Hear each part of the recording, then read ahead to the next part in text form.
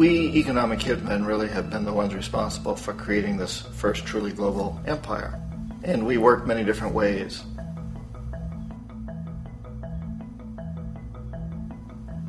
But perhaps the most common is that we will identify a country that has resources our corporations covet, like oil, and then arrange a huge loan to that country from the World Bank or one of its sister organizations.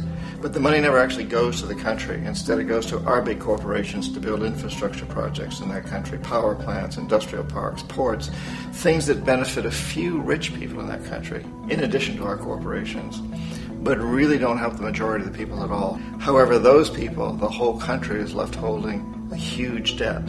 It's such a big debt they can't repay it, and that's part of the plan, that they can't repay it. And so at some point, we economic hitmen go back to them and say, listen, you owe us a lot of money, can't pay your debt, so sell your oil real cheap to our oil companies.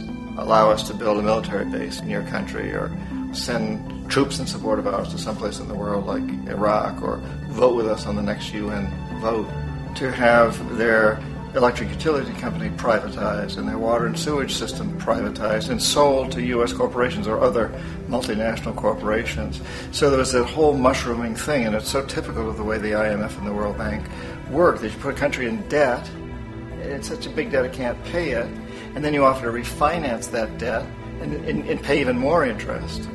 And you demand this quid pro quo, which you call a conditionality or good governance, which means basically that they've got to sell off their resources, including many of their social services, their utility companies, their school systems sometimes, their penal systems, their insurance systems, to foreign corporations.